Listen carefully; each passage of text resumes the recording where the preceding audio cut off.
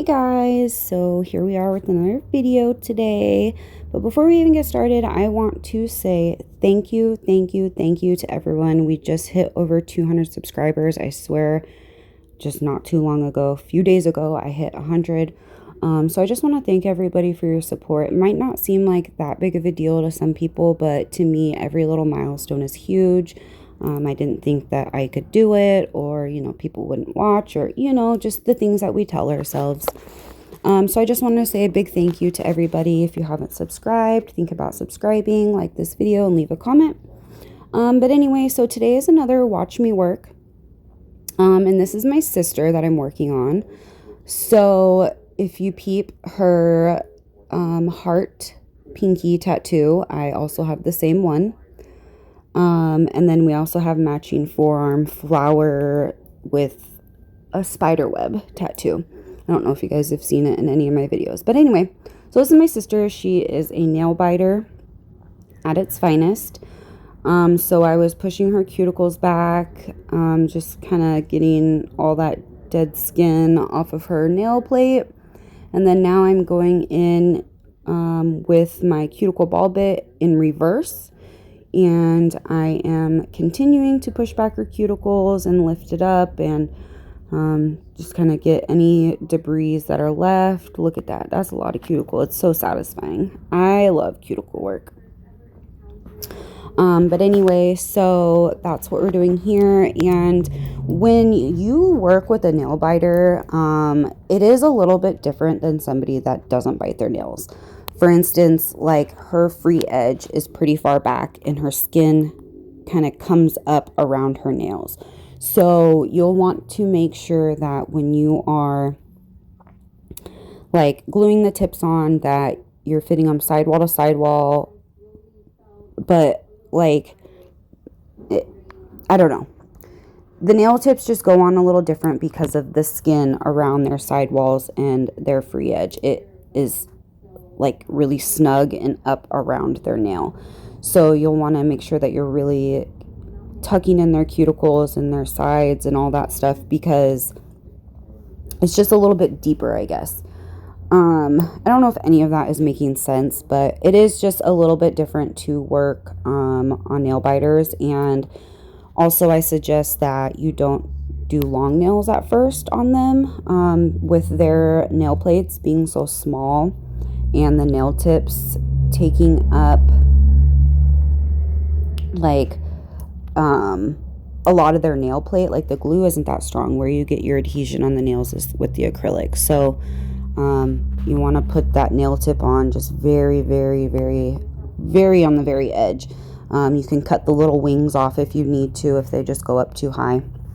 But anyway, so I am taking a 180 sanding band on probably about 5,000 RPMs right now, and going over her nail to buff the surface and dehydrate it. And then I didn't show the tip application. They were in bags, and it was just kind of, I don't know, I just didn't record. So I got the tips on. I got them cut down to the length that she wants, and now I'm just going in and shaping them. And then I don't know if I show this, but I go back in with my sanding band and I just kind of file over the nail tip where it meets the natural nail, so that way it's a smooth application, especially because we are going in with an ombre today. So today is a Christmas design, and it's done with all acrylic. Oh yeah, see, here I go. I'm just blending in that tip very gently. I'm not really going on the natural nail. If there's a little bit of glue on the natural nail, I will gently go over it. But I'm really just focusing on the nail tip right there to smooth it out, so it's a nice transition when I lay my acrylic. But yeah, so today's design is all acrylic, and then we go in with a snowflake stamp, and then some rhinestones. So yep, I'm not sure if I show you what products I'm using. If not, I will put them on the screen. So yeah, I'll be back.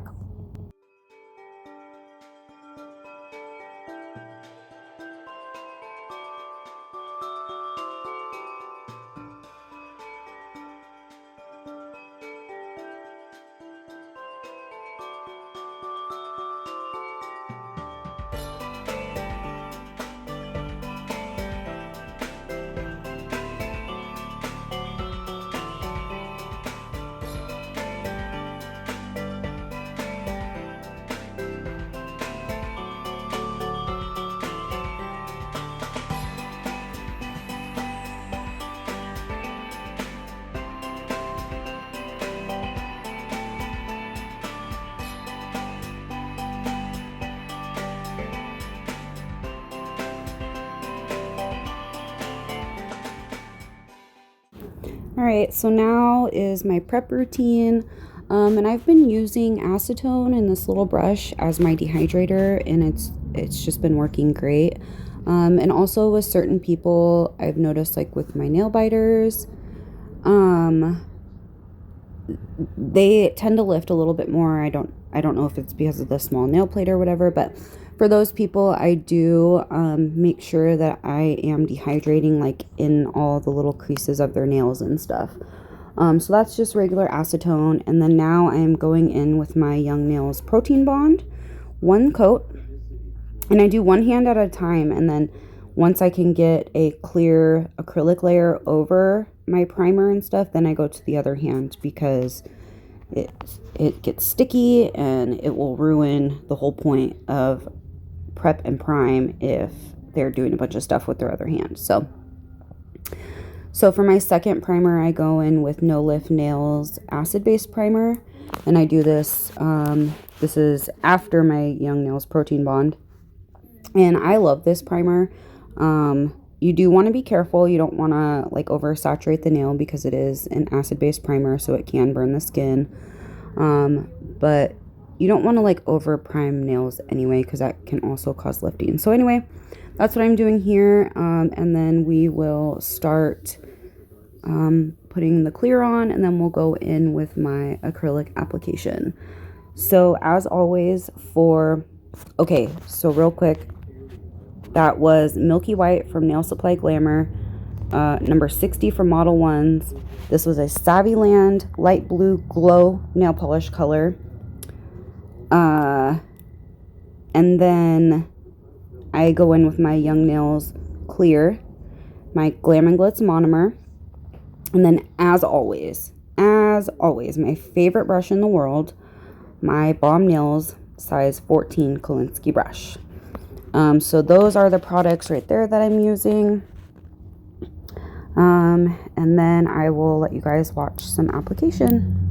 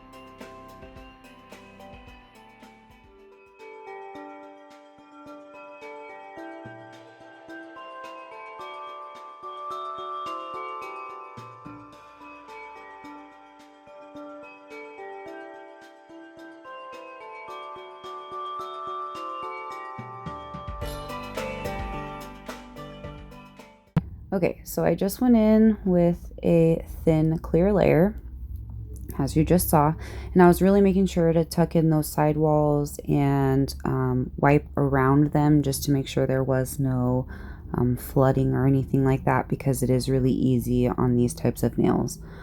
So now I'm going in with this Savvyland Glow color. It's like a blue. I got mixed up on what nail was supposed to be what nail, even though we literally just talked about it. So anyway, the ring finger is going to be a full glitter nail. And then the middle finger is going to be a milky white to glitter ombre. And I'm putting this gel polish down first because the glitter wasn't as opaque as we wanted it. We needed it a little bit more solid. And this gel polish matched perfect with it. And it still wasn't like a solid color. Like it still needed to be light and kind of translucent. But so anyway, we just put this down first to give it the color that we were actually looking for. So my room was really cold. Not really cold. It was warming up at this time. But also Model 1s is a very slow setting acrylic. I haven't used them in a long time. This is one of like the first acrylics I bought a couple years ago. And so I was able to kind of pat and play with this nail for a while. It was a little irritating, but I just wanted to make sure I didn't wipe all my glitters off and just kind of patting them and pressing them where I need to go. And right there, I'm wiping off the side walls and around her cuticles and stuff, because with nails like this and fingers like this, like it's really easy for flooding to happen. And to prevent lifting, you just really want to make sure that you're going in there and wiping any kind of overflow off. So I just kind of played with this one for a little bit, realized I need a little bit more glitter in a spot. And this gave us the perfect color that we were looking for. The glitter alone just wasn't enough. And so this is what we decided to go with. So I just did one coat of the gel polish, and then I go over with the glitter, and I'll be back on the next step, which I feel like is pretty shortly. So I'll be right back.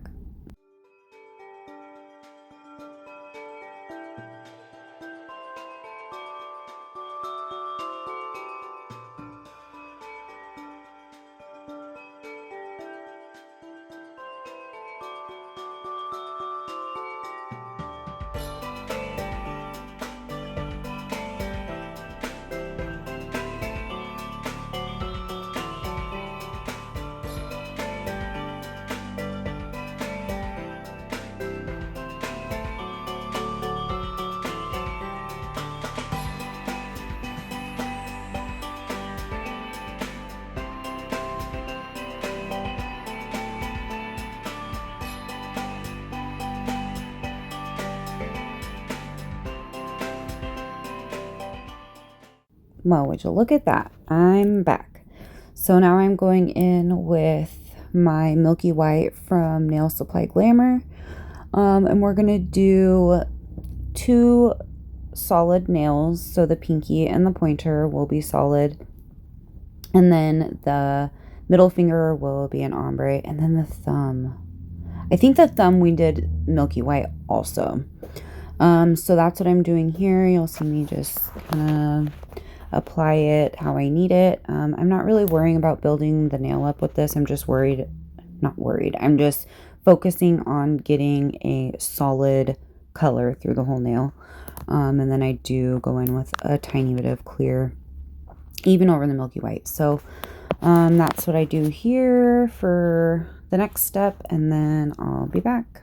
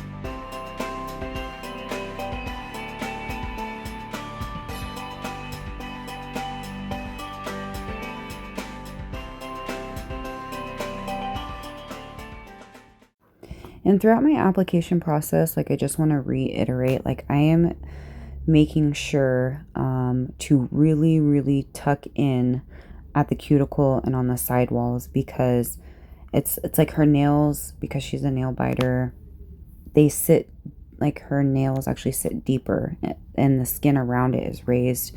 So you really, really, really want to make sure that you are tucking your acrylic in to prevent lifting. So you see me just doing that a lot more in this video than other videos, because it's easier to do on other types of fingers or nails.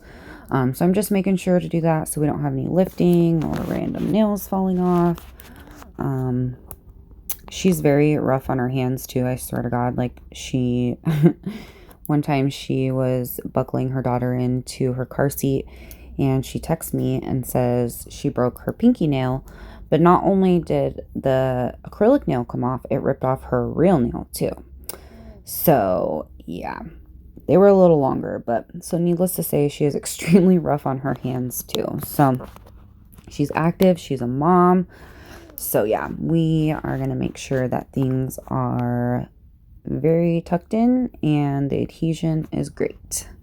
So yep, going in with the thumb, and then and then I put clear over all of them. So I'll let you guys watch and I'll be back.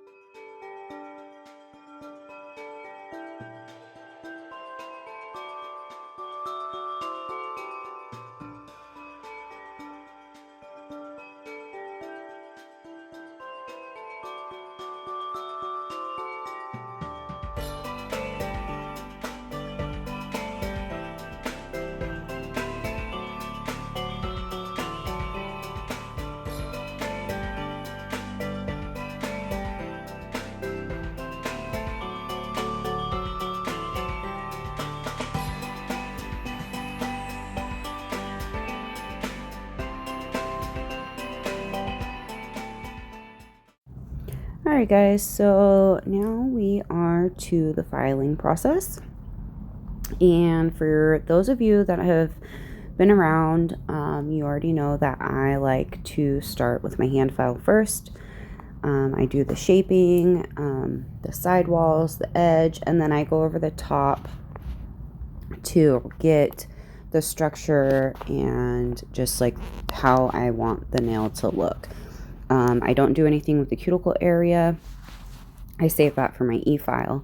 And so I always go in and season my files. And what that means is you take another file. I have a designated file that I use for this purpose. And you kind of file off both sides of the sharp edges on the file. Basically the part that would touch their skin, because it will cut them.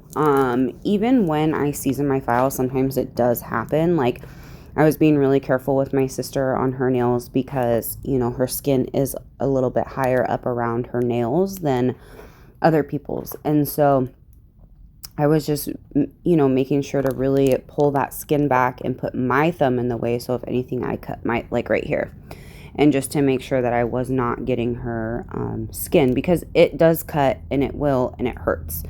So anyway, so I always make sure I season my files, and then I'll go over with my finger and feel just to make sure it is seasoned enough, or, you know, doled out enough on those sides. So anyway, you will see me in this filing process shake her hand. She was so stiff and was just trying to do the most with her hands. If you know, you know. I swear to God, that's like the universal nail tech sign of relax your hand. You'll see me do it a few times. Like, I just kind of shake her hand, or other times, like, I just kind of like try to maneuver it and like loosen it up. And then I would just look at her and we would just laugh. So anyway, if you know, you know. For some reason she was just stiff, and I don't know if she was trying to watch or was doing something else with her phone and just not paying attention or what, but I was like, girl, you need to relax your hands, because I am like wrestling you at this point and my wrist is starting to hurt, so you better relax. Anyway, yeah, I will go ahead and let you guys watch this. I want to thank you guys for supporting me. And if you've gotten this far in the video, I want to thank you, and I'll be back.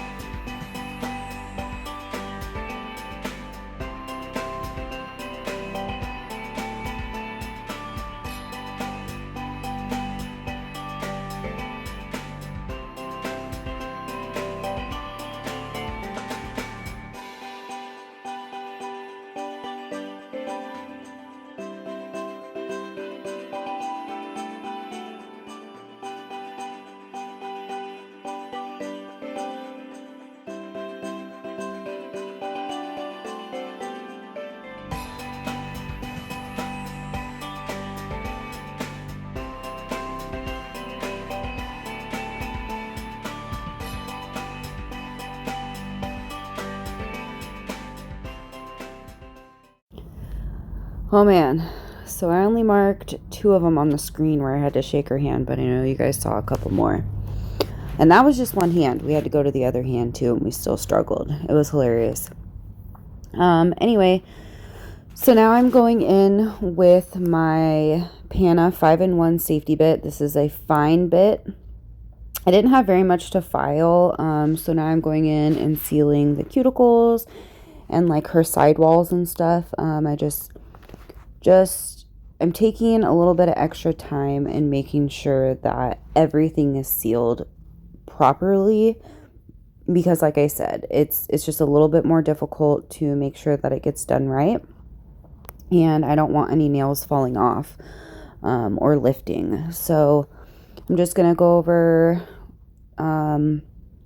around the cuticle, and then if I need to, sometimes I'll go over the whole nail, just kind of smooth it out if there's any divots kind of in the area, maybe if it needs to be thinned out. I don't know. Sometimes I go under the nail, and like if I had acrylic under the nail and I want to get like that C-curve look, I'll kind of like pop it under there real quick and stuff. So that's what I'm doing here. And my e-file is on usually around 11,000 RPMs for this.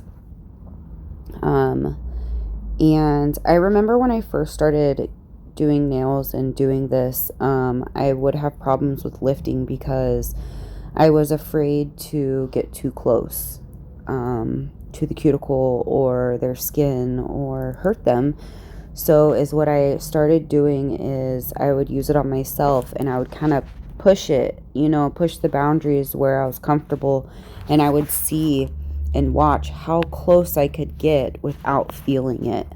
And doing it over and over, and just kind of watching and seeing that I could get a lot closer and really seal that cuticle, gave me a lot more confidence to be able to go in on clients and do the same thing. And I rarely will nick someone or burn someone or get their skin. Like, I don't really do like burn them with like a ring of fire from like not moving.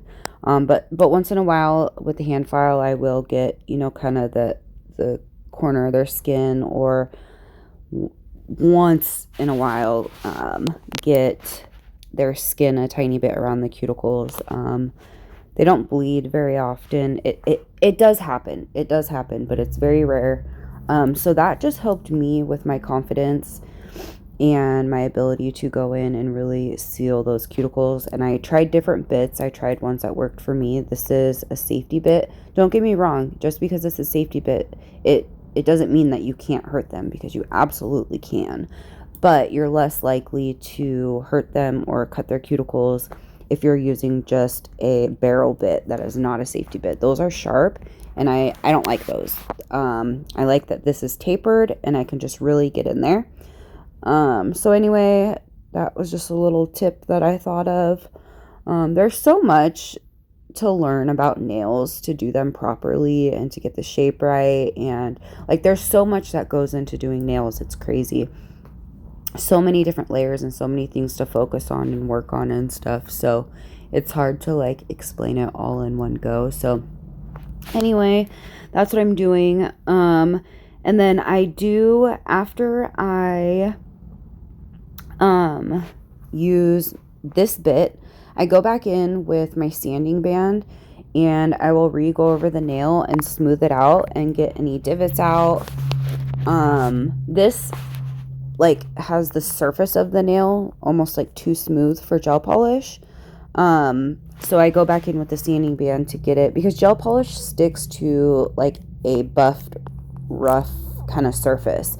It doesn't stick well to a smooth surface like regular nail polish. So I'll go back in right here with the sanding band, and this is usually on about 8,000 RPMs. And I just I go over the entire nail, and I just get any of those divots out. I don't really buff the nails. Once in a while I will, if I'm going in with some nail art, or I feel like the sanding band just kind of didn't get it as like smooth but rough as I needed it. That's so confusing. Anyway, so yeah, that's what I'm doing here. And then we will move on to the little bit of nail art and stuff. I have enjoyed using stamping plates. Stamping is so fun. It's so easy. I'm definitely going to be investing in more plates and more colors and stuff because it's quick. And when people want nail art and stuff, I'd much rather do some stamps than try to sit there and paint them out. But anyway, and you can just do so much with stamps. You can get really creative and layer them. And anyway, off topic. So yeah, we'll go on with that, and I'll be back at that point.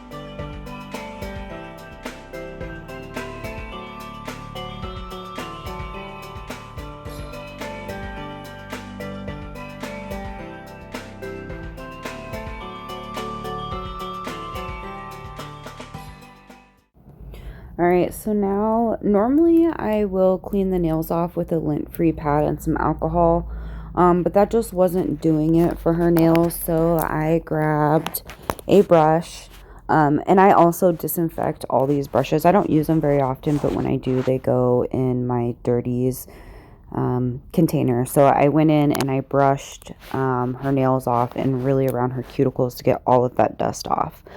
So this is a stamping plate I got from Temu. And then this stamping polish, I don't remember the brand, but I think I got it off at Amazon or AliExpress.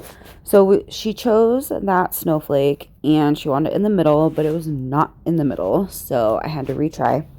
I like to keep my mistakes in here just because sometimes, people will watch videos and think that mistakes don't happen, and they absolutely do. And it's knowing when to redo it or how to fix a mistake if you can. But then also, like, I get really hard on myself and I'm like, oh my God, that's not perfect. I hate it. So I'll always ask the client first, like, I personally don't like it and want to redo it. What do you think? And it's like 50-50. Sometimes they agree with me and they're like, yeah. And other times they're like, no, you're tripping. Like, it's fine. I love it. And I'm just like, okay, are you sure? Because I don't mind redoing it. And then I just kind of feel them out from there. So anyway, yeah, they just weren't lining up right, and it was driving me nuts. So, and then maybe we picked a different one. I'm not quite sure. So yeah, anyway, we're just going to put some stamps on, and this stamping polish air dries. I tried some gel stamping polishes, but I don't know, they're just different. Like, they're not the same. I don't like them the same, so I'm going to get more of these air dry ones. And then now we're going to go in with some light blue opal rhinestones. And I think she gets like a cuticle rim of rhinestones on her middle nail, and then all her other nails just have one. Something like that. So anyway, I'm going in with my McCart rhinestone gem glue. I love this glue. You cure it under a UV light, and I like to get it to where I push the rhinestone into it. And then sometimes if there's too much, I will kind of wipe it away and like feather it down. But I always make sure that the rhinestone is like sealed with the glue. So that way they don't come off and hair doesn't like get caught on them and stuff. And I have had nothing but great experiences with this rhinestone glue. Like, rhinestones and charms do not fall off with this stuff. One time they fell off. One of the charms fell off like 3 days before I filled my friend's nails, but she had gone 7 weeks. So that was to be expected. But they lasted 6.5 weeks without falling off. So that was pretty impressive. Anyway, so yeah, I do that. And then basically we are coming to the end of the video. I want to thank everybody for watching and supporting. Subscribe if you want to. turn on your notifications, leave a comment, and like this video. I really enjoy interacting with everyone and making these videos. And I just, I want to wish everyone a Merry Christmas, and I hope everyone can just appreciate the little things in life and know that you're not alone if you're going through some hard stuff. And you know, the year is almost over and we can always restart. We don't have to wait till the end of the year to restart. We can restart our day at any point and change it and make it a better day. Even on our roughest days when nothing's going right, we can still decide to restart and change our perspective and just try to change the outcome of our day. So anyway, I appreciate all of you and I love all of you guys, and I will see you in the next video. Bye.